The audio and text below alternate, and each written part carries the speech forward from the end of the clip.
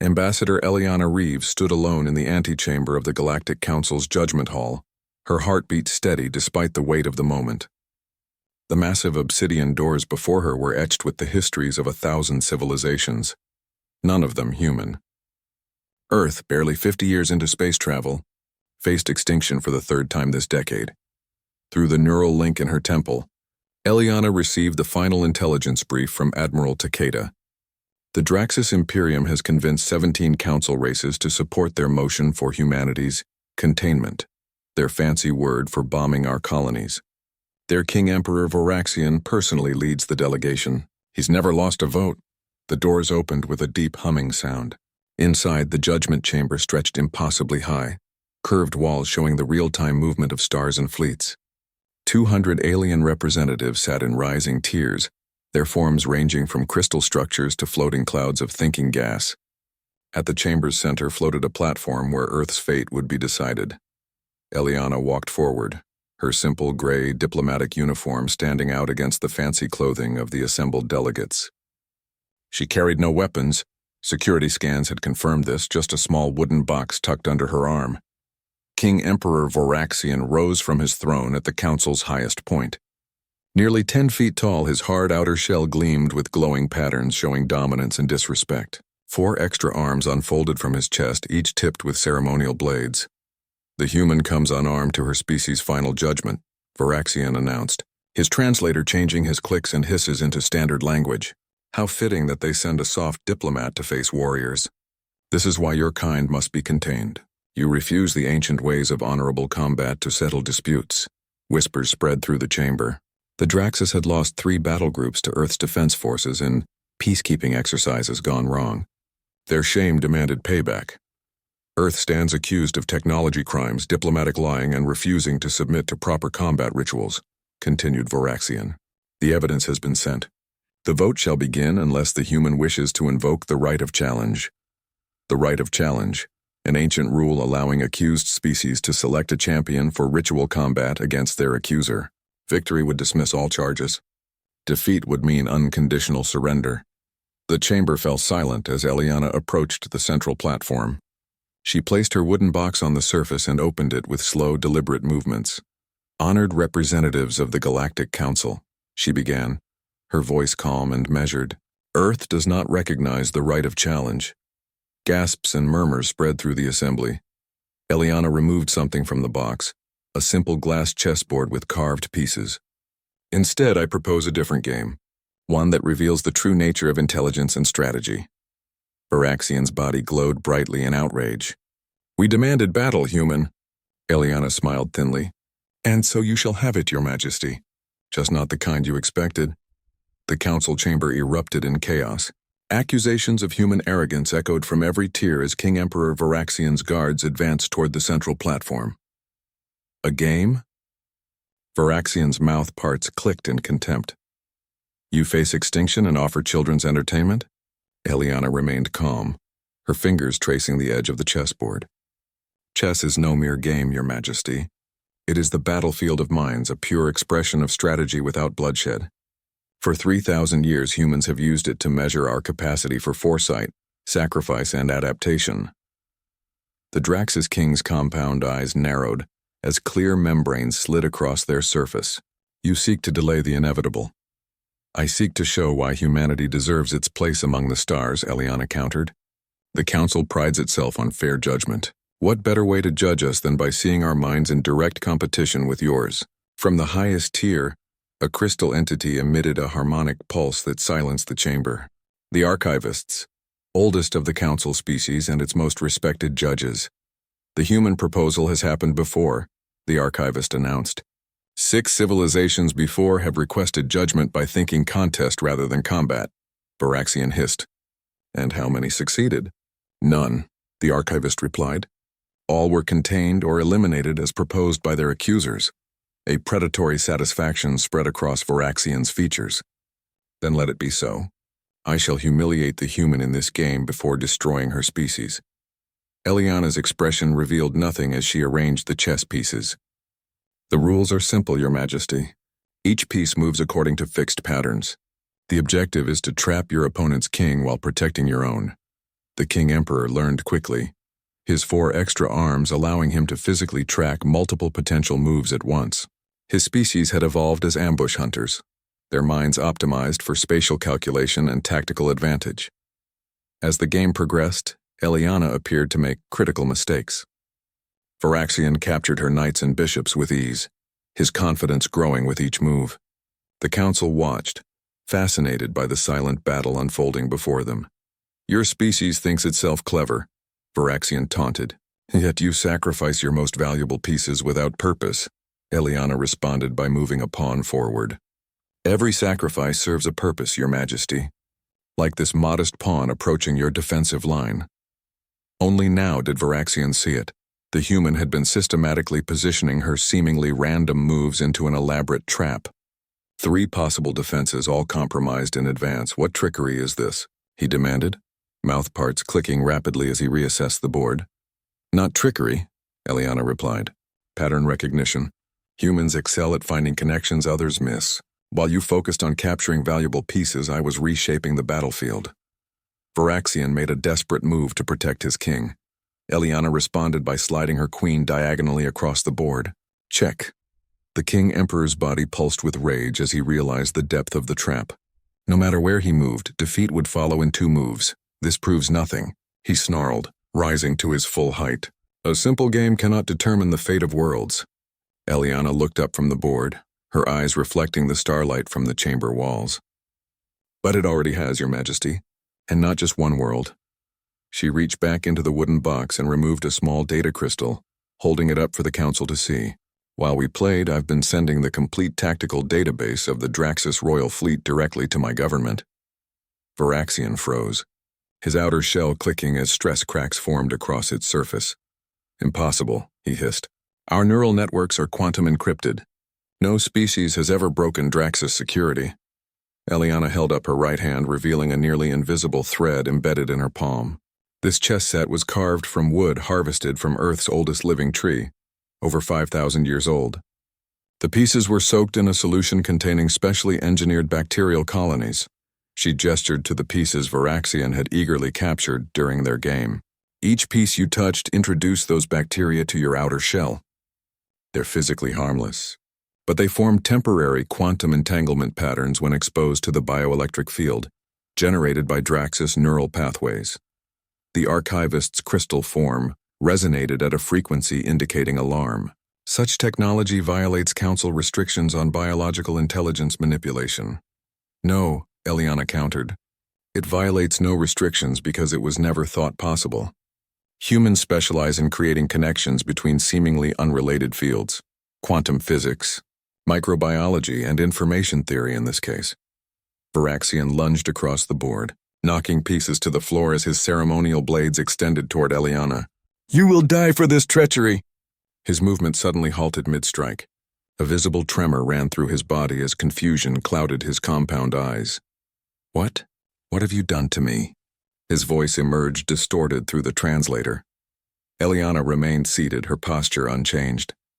"The bacterial colonies aren't just passive receivers, Your Majesty.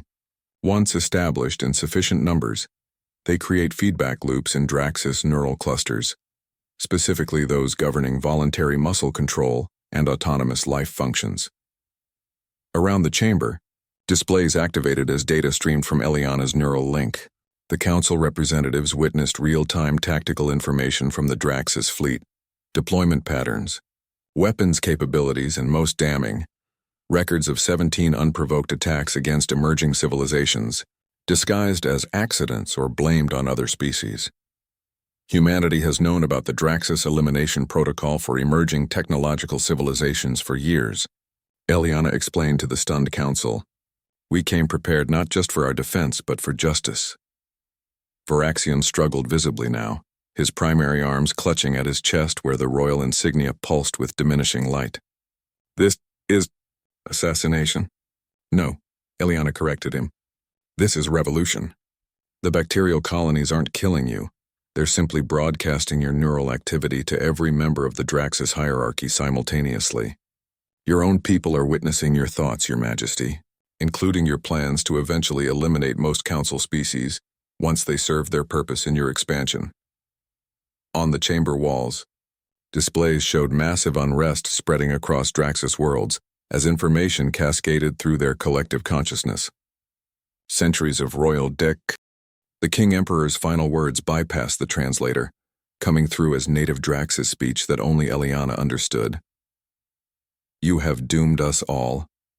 The true enemy comes. We were the shield. As council security surrounded the platform, Eliana carefully packed away her chess set, her expression troubled by Varaxian's cryptic warning. 3 days after Varaxian's death, the Galactic Council reconvened in emergency session.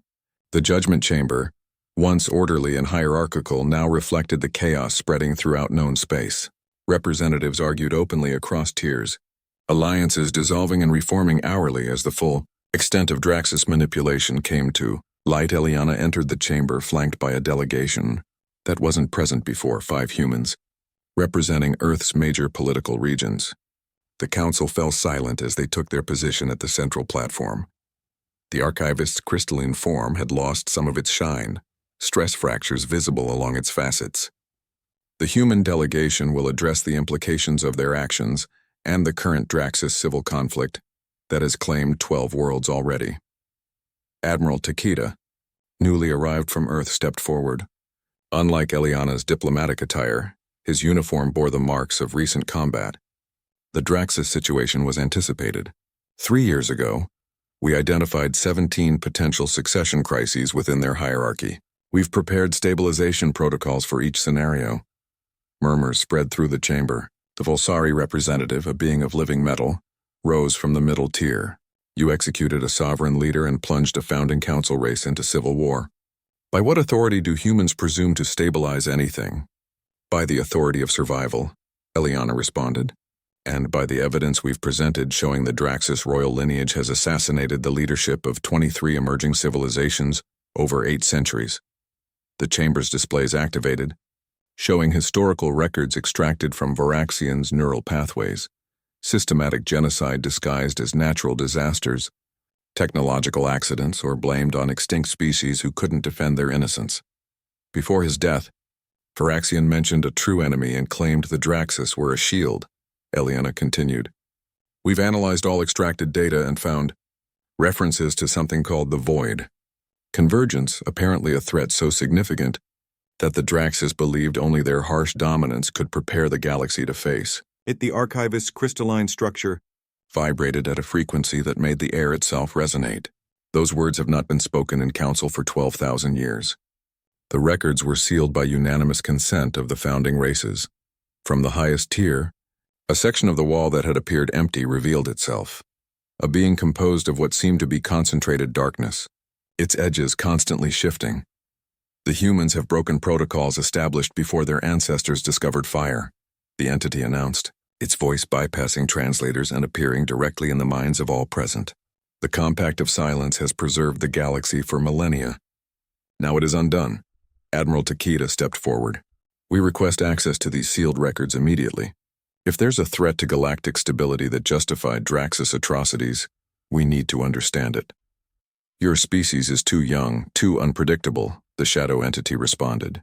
The void convergence is beyond your comprehension. Eliana placed her wooden box on the platform once more. Then help us comprehend it. Humanity doesn't seek dominance like the Draxus. We seek partnership. Whatever this threat is, facing it divided ensures failure. The shadow entity descended to the central platform, its form contracting to roughly human size. Your technology that penetrated Draxus neural networks, it should not be possible for your development stage. Yet it exists, Eliana replied. Humans excel at making conceptual leaps. We see connections where others see only separation. This is why the Draxus feared you, the entity acknowledged, and why the Council must now decide whether that fear was justified. The archivist addressed the chamber. A vote will commence on whether to unseal the ancient records regarding the void convergence and grant humanity provisional council membership with access to this knowledge. As the voting began, displays around the chamber showed the continuing Draxus civil war spreading to new systems, and something else. At the edges of charted space, unusual energy readings unlike anything in council records. Eliana and Admiral Takeda exchanged glances. Whatever the Draxus had been preparing for in their brutal way, it appeared to be awakening. Humanity's victory may have come just in time, or perhaps too late. The council chamber erupted into heated debate following the shadow entity's revelation. Delegates from the oldest races spoke in hushed tones about ancient threats, while newer members demanded immediate disclosure of all sealed records. "This chamber has stood for 20,000 years, announced the Tellurian delegate, a being of pure energy contained within an ornate mechanical shell. In that time, we have faced extinction 7 times. The Compact of Silence was established for good reason. The archivist's crystalline form resonated in agreement. The void convergence is not merely an enemy. It is entropy given consciousness, a force that has consumed 12 galaxies before ours. The Draxus methods were cruel, but their motivation was preservation." Eliana stepped forward. "Then let us understand what we face. Earth has developed in isolation, finding solutions that even the oldest council races never considered. Our quantum bacterial interface penetrated Draxus security, not through brute force but through lateral thinking." "That is precisely what concerns us," the shadow entity replied, its formless edges rippling with what might have been agitation. "Humanity accelerates beyond predicted development curves. You solve problems in ways that defy conventional logic. Such unpredictability could be catastrophic when facing the void." Admiral Takeda moved to Eliana's side. "Or it could be exactly what's needed. The Draxus approach clearly hasn't worked. Their empire spans thousands of worlds, yet they still feared the void enough to eliminate potential allies. The voting process continued for hours, with deadlocked positions gradually shifting as more information from Varaxian's neural capture spread through the council networks. Finally, the archivist announced the results. By a margin of 7 votes, the council grants humanity provisional membership and limited access to sealed records concerning the void convergence. Ambassador Reeves and 3 designated human representatives will be permitted to view first contact protocols and historical data. The shadow entity's form expanded briefly in what appeared to be displeasure before contracting again. "So be it. The humans will be shown the chamber of memory. What they learn there may change their perspective on Draxus methods." As the session adjourned, Eliana found herself approached by representatives from several races who had remained neutral during the proceedings. "Your technology," began the Ixari delegate, a mantis-like being with crystalline eyes. "The neural interface bacteria. Our scientists wish to examine it." Admiral Takeda intervened smoothly. "Of course. Knowledge exchange is fundamental to council membership. However, we note that the Ixari Confederacy has defense treaties with 3 former Draxus vassal states. The Ixari's antennae flattened against its skull in what humans had learned was a sign of embarrassment. We seek only scientific understanding, not weapons. All technology has dual applications," Eliana replied diplomatically. "We will share what we can once proper safeguards are established." As they moved toward the council's inner chambers, the shadow entity materialized beside them, moving without apparent locomotion. "The Chamber of Memory lies beyond conventional spacetime. It contains experiential records. You will not merely see the void. You will feel its presence as those who first encountered it did." Eliana nodded grimly. "We understand the risks." "I think not," the entity replied. "But you will." The Chamber of Memory proved to be a spherical room deep within the council fortress. Its walls were composed of an unknown material that seemed to absorb light rather than reflect it. At the center floated a device resembling a neural interface but vastly more complex. "This is the mnemonic archive," the archivist explained, its crystalline form glowing dimly in the darkness. "It contains the direct sensory recordings of the First Council when they encountered the initial void incursion. What you experience will be uncomfortable." Admiral Takeda studied the device with professional interest. "How far back do these records go?" 14,322 standard years, the shadow entity replied. "I was there. I am the last survivor of the First Council. What remains of me is preserved here, while my physical form has long since been absorbed by the archive." Eliana approached the floating interface. "Will we retain our sense of self during immersion?"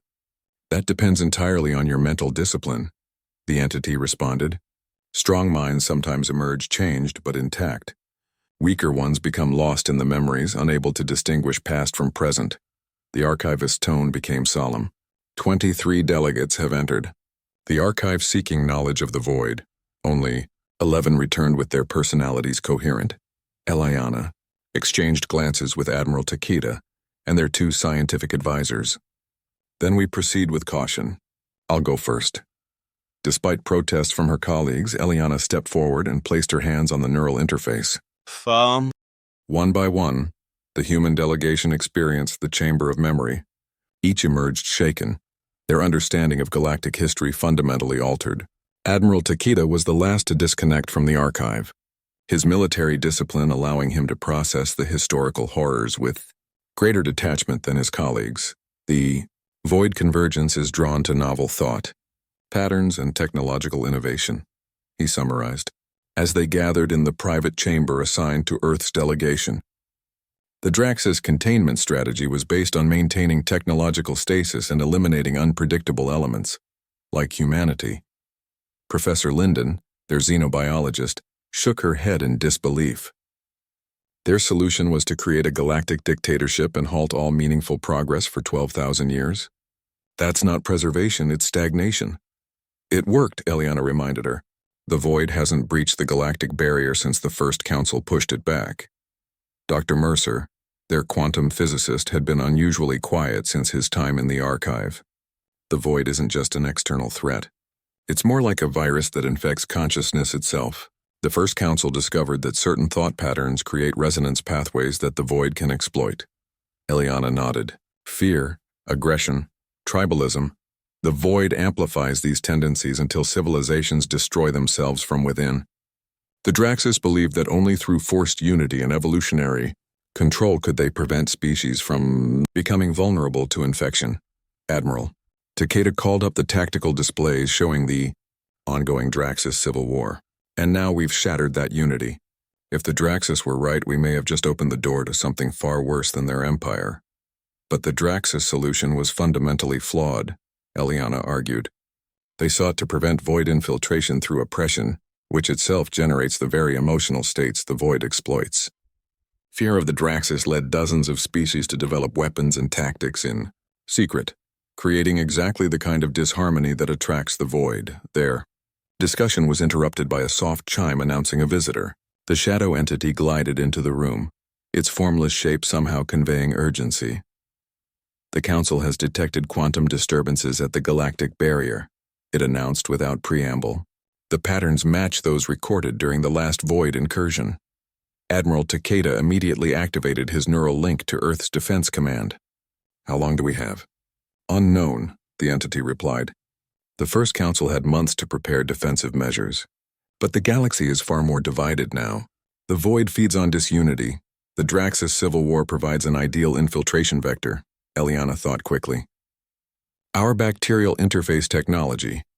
It created quantum entanglement between Varaxian's neural pathways and our systems. Could we use a modified version to detect void infiltration? Dr. Mercer straightened, his eyes widening. More than detect, possibly block it entirely. The bacterial colonies maintain integrity through quantum coherence patterns that might be incompatible with void infiltration. The shadow entity's edges rippled with what might have been surprise. This approach was never considered by the First Council or the Draxus. Because you all think linearly, Eliana explained. Humans specialize in lateral solutions, connecting seemingly unrelated concepts to create new approaches. It's why the Draxus feared us. But it's also exactly what's needed now. Admiral Takeda was already coordinating with Earth's scientific division. How quickly can we adapt the interface technology for widespread deployment? That's the problem, Dr. Mercer admitted. Our current production capacity is limited. We could protect key leadership positions in major council species, but not general populations. The shadow entity drifted closer. The archive contains manufacturing techniques beyond your current technology level. If the Council votes to grant humans access to these methods, production could be accelerated. Another vote, Eliana sighed. That could take days we don't have. Not necessarily, the entity countered. There is precedent for emergency protocols during void incursions. As the last member of the First Council, I retained certain authorities. Professor Linden's eyes narrowed suspiciously. Why would you help us? Just hours ago you opposed sharing information with humanity. The shadow entity's form contracted briefly. Because I have watched 12,000 years of Draxus methods fail to provide a permanent solution. Their approach merely delayed the inevitable while causing immense suffering. Perhaps a different strategy is required. The central council chamber had been transformed when they returned. The ornate diplomatic furnishings had been replaced by emergency command systems, and representatives from major military powers now occupied the primary tiers. The archivist's crystalline form presided over the gathering, its facets pulsing with urgent light patterns. The human delegation will present their proposed countermeasure to void infiltration. Time is of the essence. Our sensors detect quantum disruptions spreading from the initial breach point. Eliana took her position at the central platform, neural link projecting technical specifications as Dr. Mercer explained the modified bacterial interface. The colonies create stable quantum entanglement fields within neural tissue, he detailed. These fields maintain what we call coherent thought integrity, essentially preventing external manipulation of emotional states and decision-making processes. Representative from the Moxari Collective, a hive mind species, raised objection. This technology was used as a weapon against Viraxian. How can we trust that humans won't use it to control other species? Admiral Takeda addressed this directly. The modified version contains biological kill switches and cannot transmit neural data, only protect against infiltration. Furthermore, we propose releasing the complete technical specifications to all council races simultaneously. This prompted murmurs of surprise throughout the chamber. The Tellurian representative's energy form pulsed skeptically. You would surrender your most advanced technology without restriction? This isn't about advantage, Eliana responded firmly. It's about survival. The void threatens all sentient life. Either we stand together or we fall divided. The shadow entity moved to the center of the chamber, its darkness contrasting starkly with the emergency lighting. As surviving member of the First Council, I invoke Emergency Protocol Omega. The archive. Manufacturing systems are hereby authorized to produce the human countermeasure, technology for immediate distribution to all council worlds. The archivist's crystalline structure vibrated in what appeared to be alarm. This exceeds standard protocol. The human technology remains untested against actual void infiltration. Then we will test it immediately, the entity responded. Sensors detect void particles approaching council space. I volunteer to expose myself directly to confirm the countermeasure's efficacy. This announcement sent shockwaves through the assembly. The shadow entity had survived for millennia by avoiding direct contact with the void. Dr. Mercer quickly conferred with his team before addressing the chamber. We can construct a containment field to isolate the test and prevent spread if the countermeasure fails. Proceed, the archivist directed, its tone suggesting no other option remained. Within hours, the Council's scientific division had constructed a quantum isolation chamber. The bacterial interface had been synthesized and administered to the shadow entity, whose amorphous form now waited within the containment field as technicians prepared to introduce captured void particles. Eliana watched from the observation deck, tension evident in every line of her body. If this fails, then we implement the Draxus contingency, Admiral Takeda finished grimly. Mass evacuation of priority worlds and scorched earth protocols for the rest. The process began with a subtle darkening of the air within the chamber as infinitesimal particles of non-reality were introduced. The shadow entity's form rippled as the void particles approached, drawn to its consciousness like predators sensing prey.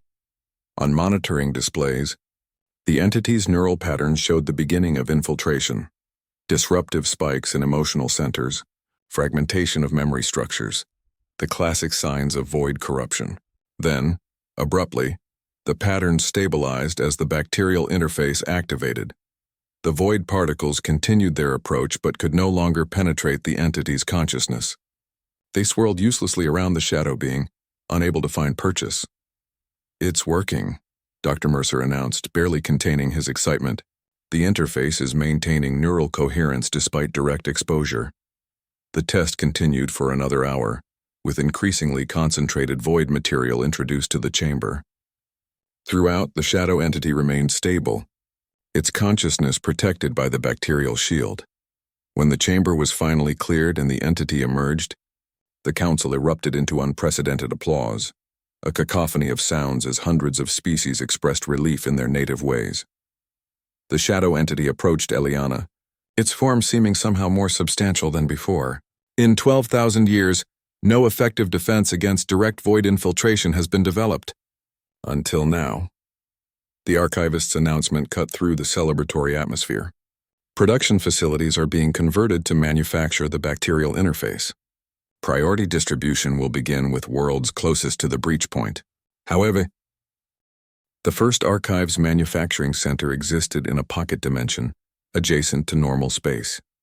Eliana stood on an observation platform overlooking an impossible expanse where machines beyond human comprehension assembled the resonance ships. Each vessel resembled a dark teardrop, its surface rippling with quantum fluctuations that made it difficult to focus on directly. The ships aren't entirely physical, explained the shadow entity, hovering beside her. They exist partially in normal space and partially in the dimensional boundary, where the void attempts to penetrate our reality. Admiral Takeda studied the vessels with professional interest. How many can we deploy? 23 survived from the original fleet, the entity replied. We lack the knowledge to create more. The scientists who designed them were among the first casualties of the Void War. Below them, human volunteers were being fitted with advanced neural interfaces, modifications of Eliana's original bacterial technology enhanced with first archive components. The selection process had been grueling, identifying pairs with exceptional psychological compatibility and mental resilience. Dr. Mercer approached with the latest neural synchronization data. The results are promising. Test pairs are achieving harmony levels that exceed our projections. Any adverse effects? Eliana asked, concerned for the volunteers. Minor personality bleed-through, he admitted. Shared memories, emotional transference. Nothing dangerous yet, but we're monitoring closely. The shadow entity's form contracted slightly. When the first council attempted this approach, pilots lost individual identity entirely. Their minds merged permanently, creating hybrid consciousnesses that could no longer function in normal society. Admiral Takeda's expression remained grim. Our people understand the risks. Eliana wasn't so certain. The volunteers were primarily military personnel, accustomed to following orders and accepting danger. Few truly comprehended what neural synchronization might mean for their individual identities. As if reading her thoughts, the shadow entity drifted closer. You doubt the wisdom of this approach, Ambassador. I question sacrificing individuals to save the collective, Eliana admitted quietly. It mirrors Drax's philosophy in uncomfortable ways. Yet these are volunteers, not conscripts, the entity pointed out. The distinction matters. Their discussion was interrupted by an urgent communication from the council chamber. The archivist's crystalline form appeared as a holographic projection. Void penetration has accelerated, it announced without preamble. We detect consciousness corruption beginning on 7 worlds near the breach point. The bacterial interface distribution cannot proceed quickly enough to protect all vulnerable systems. Admiral Takeda immediately shifted to command mode. How soon can the resonance fleet deploy? Initial squadrons could launch within 6 hours, replied the entity. But without extensive training, we don't have time for extensive training, Takeda interrupted. The most compatible pairs will deploy immediately, with others following as they achieve minimum synchronization standards. Eliana felt a chill at the implications. You're sending them into combat with barely functioning neural connections. It's that or watch worlds fall to the void, he responded grimly. This isn't a diplomatic negotiation, Ambassador. It's survival. The shadow entity's form rippled in what might have been agreement. The Admiral understands the nature of this threat. The void doesn't negotiate or show mercy. It consumes. Eliana watched as the first volunteer pairs were guided toward their assigned vessels. Each resonance ship could accommodate only 2 pilots, their neural systems connecting not just with each other but with the semi-organic technology of the ship itself. I should be going with them, she said suddenly, surprising even herself. Admiral Takeda shook his head firmly. You're needed here, coordinating with the Council. Besides, you haven't undergone compatibility testing. I initiated this crisis by defeating Varaxian, Eliana insisted. I should bear some of the risk in addressing it. The shadow entity drifted between them. There is another option. The flagship of the resonance fleet remains without pilots. It was designed for a 3-consciousness merge, a configuration that proved too unstable for even the first Council pilots. Admiral Takeda's eyes narrowed. "You're suggesting that perhaps 3 volunteers might succeed where ancient pilots failed," the entity confirmed. "The flagship's resonance field is twice as powerful as the standard vessels. It could make a significant difference in pushing back the void breach." Eliana considered the implications. Who would be the third pilot? The compatibility factors would be extraordinarily complex. The shadow entity's form contracted to its most condensed state yet. "I would serve as the third consciousness. My experience with both the void and the resonance technology might provide stability to the neural network." This proposal sent shockwaves through the command staff. The entity was the last surviving member of the First Council, a being who had preserved crucial knowledge for millennia. Risking its existence seemed unthinkable. Dr. Mercer was the first to recover from his surprise. The neural architecture differences are extreme. Human minds operate fundamentally differently from your consciousness structure, which is precisely why it might succeed, the entity countered. The void anticipates patterns. It corrupts by finding resonance with existing thought structures. A hybrid consciousness composed of radically different architectures might be resistant to its influence. Admiral Takeda studied the entity thoughtfully. "You've considered this option before." "For 12,000 years," it acknowledged, "but never found pilots with sufficient adaptability until now." Eliana felt a growing certainty that this was the correct path. "I volunteer for the flagship mission." "As do I," Takeda added without hesitation. The preparation for the flagship deployment proceeded with urgent efficiency. While standard resonance ships launched with their human pilot pairs, Eliana, Takeda, and the shadow entity underwent accelerated neural synchronization. The process was unlike anything Eliana had experienced before. The bacterial interface colonies spread throughout her neural pathways, establishing quantum entanglement fields that initially connected with Takeda's consciousness.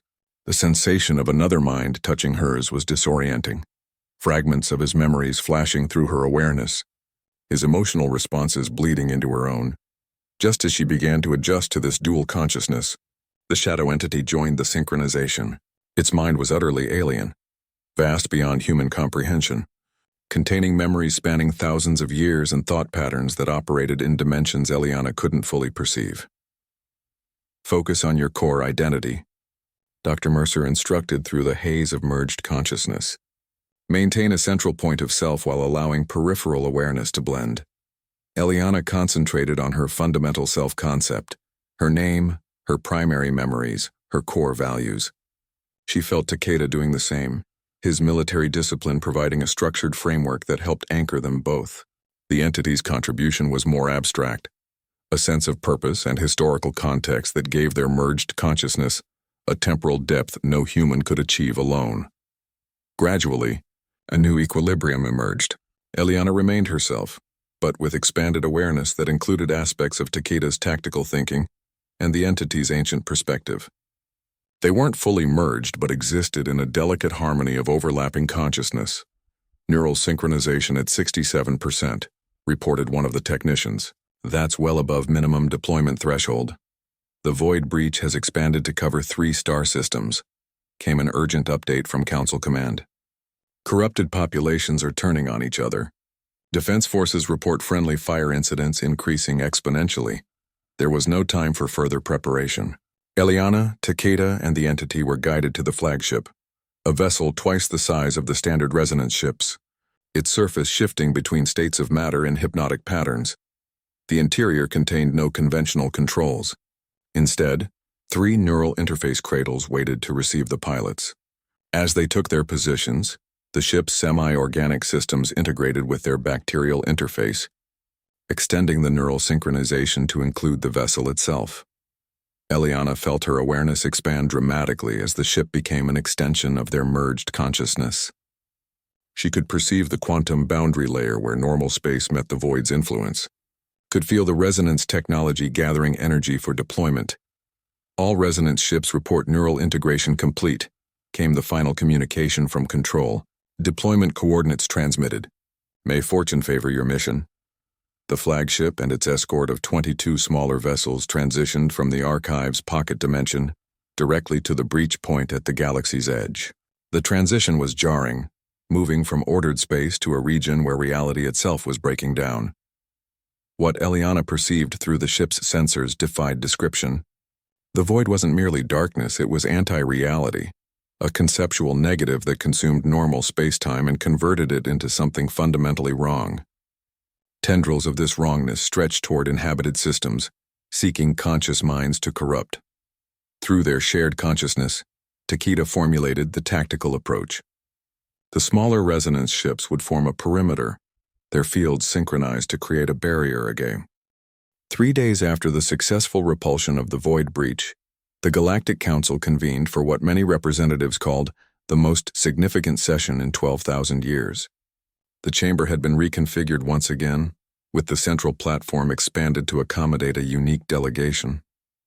The crowd fell silent as Eliana, Admiral Takeda, and the shadow entity entered together.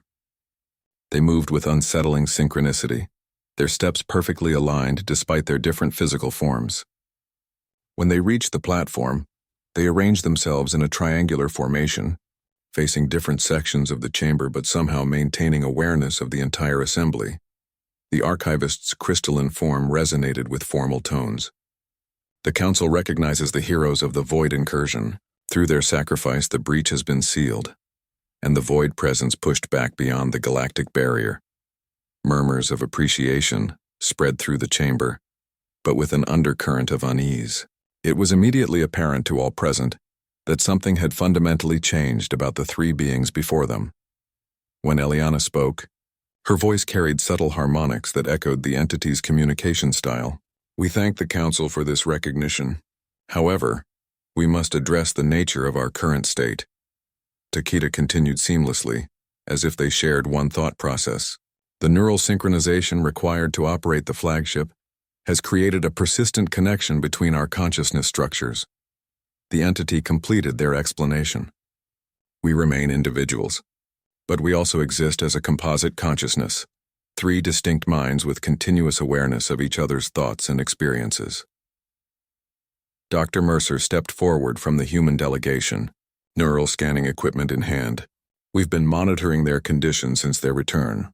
The bacterial interface has integrated with their neural pathways at a fundamental level, creating permanent quantum entanglement between their minds. The Tellurian representative's energy form pulsed with concern. Can this condition be reversed? We have attempted to dissolve the bacterial colonies, Dr. Mercer replied grimly. The result was extreme neural distress in all three subjects. It appears that their consciousness structures have adapted to the connected state. Forcing separation could cause irreparable damage. Do you wish to be separated? Asked the archivist, addressing all three directly. They answered in perfect unison, their voices overlapping in harmonious synchronization. We are uncertain, Eliana elaborated, her individual voice becoming more distinct. The composite consciousness provides perspectives and capabilities beyond what any of us possessed individually. The entity's ancient knowledge, Takeda's tactical expertise, and my diplomatic experience exist in a synthesis that may prove valuable to the Council. Yet we recognize the unsettling implications, Takeda added. No sentient being has existed in this state before. We represent something new, neither fully individual nor truly collective. The entity's form shifted subtly. In my 12,000 years of existence, I never anticipated this outcome. To share consciousness with humans, beings whose species had not even evolved when the first council fought the void, is an experience beyond prediction. The chamber erupted into discussion, with representatives debating the ethical, practical, and philosophical implications of the merged consciousness. Some expressed fear of the precedent it established, while others saw potential benefits for interspecies understanding. Professor Linden approached the platform, her scientific curiosity overcoming her initial discomfort. How does the composite consciousness function? Do you experience continuous awareness of each other's thoughts? Not exactly, Eliana responded. It's more like existing in the same mental space while maintaining separate identities. Imagine three distinct melodies playing simultaneously. Each remains recognizable, but together they form a harmony that transcends the individual parts. The experience is not without challenges, Takeda acknowledged. Privacy becomes a theoretical concept. Emotional states resonate between us, amplifying both positive and negative feelings. The entity added its perspective. For a being who existed in isolation for millennia, this shared consciousness is both disorienting and illuminating. Human thought patterns operate with a creativity and intuitive leaping that my structured consciousness never developed. As the discussion continued, the archivist raised a more pragmatic concern. Beyond your personal condition, we must address the strategic implications of your victory. The void has been repelled but not eliminated, and the galaxy remains in turmoil following the Draxus collapse. This shifted the chamber's focus to the ongoing crisis. Display screens showed the continuing civil conflicts across former Draxus territory, alongside data on bacterial interface distribution to vulnerable worlds.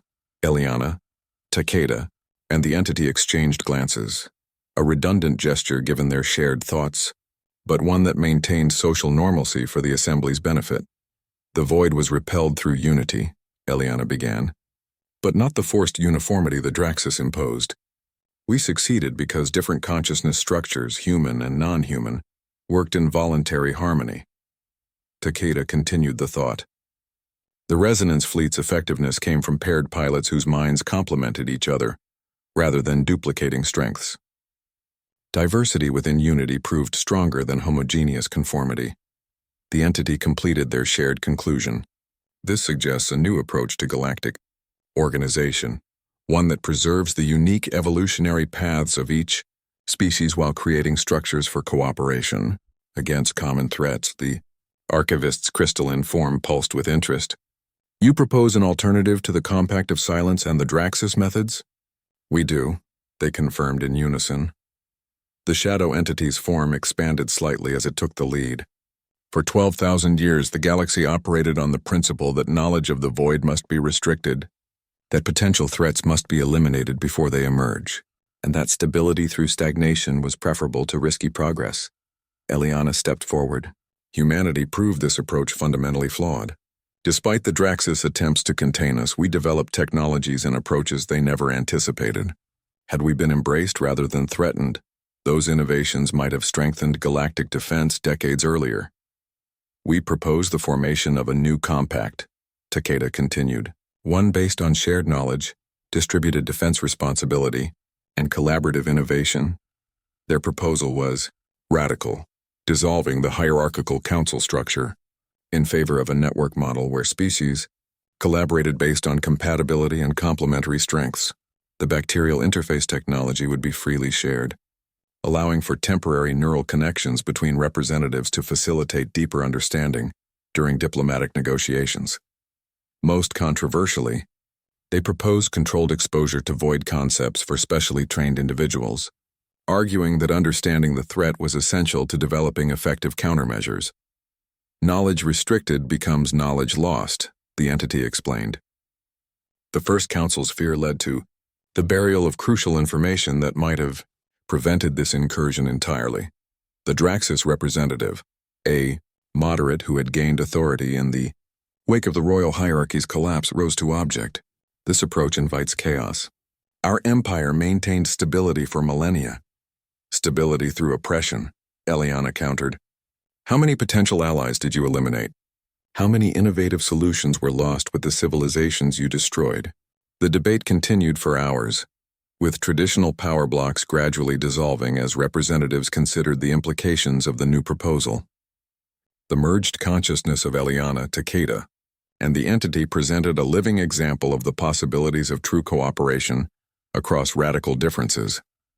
Finally, the archivist called for a preliminary vote, not to fully implement the proposal, but to establish a transition committee to develop practical implementation strategies. Those in favor of exploring the triadic proposal and establishing a formal transition structure, indicate your position. The chamber's voting system activated, with representatives registering their positions through neural interfaces. The results appeared on the central display, a narrow majority in favor, with many abstentions from species requiring additional consultation with their governments. The motion carries, the archivist announced. A transition committee will be formed, with the merged consciousness of Ambassador Reeves, Admiral Takeda, and the first council entity serving as primary advisors. As the session adjourned, representatives approached the platform to speak with the unique trio. Some came from curiosity, others with specific questions about the neural technology or the void defense strategies. A few simply wished to experience the strange harmonic resonance of their synchronized speech. In a quiet moment between conversations, Eliana, Takeda, and the entity stood at the chamber's observation window, looking out at the stars. "We have initiated a transformation whose end we cannot predict," the entity reflected, its thoughts flowing through their shared consciousness. "Unpredictability is the essence of evolution." Eliana's thoughts responded. "The Draxes feared it, but it's the source of our strength." Takeda's military perspective added structure to their contemplation. "We've exchanged one threat for another. The void is temporarily repelled, but the chaos of TR